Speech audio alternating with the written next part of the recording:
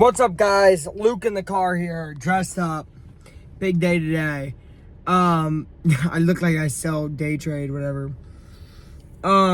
Indiana game tomorrow. What do I really think? I think Indiana has to lock in.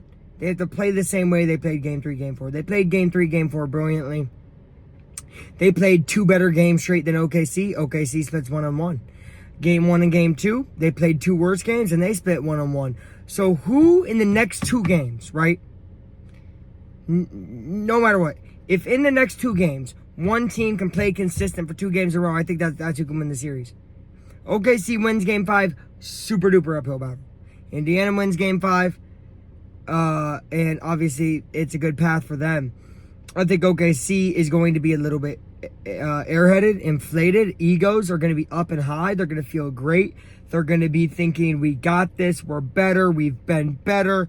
We're tied. We just got to get 2 wins against these guys, whatever they're seeing, the noise on the media, social media, all of it saying OKC in 6 now. And I think that's going to get to their head. I think it's going to be a super duper close game. And with super fair officiating, as we saw Scott Foster really messed up a lot of times, I think this Indiana team is better at figuring out the other team. Rick Carlisle, right? He's figured out the other team. And he talked good about Scott Foster because he knows if he officiates again, he wants to be on his good side. Smart play by Carlisle. Carlisle was sad, emotional, crying looking. Halliburton seemed pretty upset and sad too. And I made a video years ago saying, these guys are emotional and they react like us. And if that's the case, after that Friday loss, my warehouse, right here in Indiana, I can't say exactly where, went dark. Like cloud over the freaking sky. Everyone stopped talking, basketball fan or not. We felt that loss as a community, as a state. And hours later, at about 8 a.m., I slid through Wendy's and a guy looked at me and goes, "Sir's an MF in 6, bro." And it reminded me that sometimes you just need to go to bed, wake up, and be ready. And I think Indiana's going to go to bed. They're going to watch the film. They're going to shoot some hoops. And they're going to be ready. It's not going to be an easy game. It's going to be a flippin' entertaining game. It's going to be a nuts game. It's going to be a 105-104 Indiana victory. I think a 1-point win. I think a nail biter. One that's going to be insane. I'll be at the watch party tomorrow. Biggest key in this game, right? It's not the hustle plays, not the whatever. Biggest key in this game is superstars. Halliburton, SGA. Who has a better game? Tyrese Halliburton does.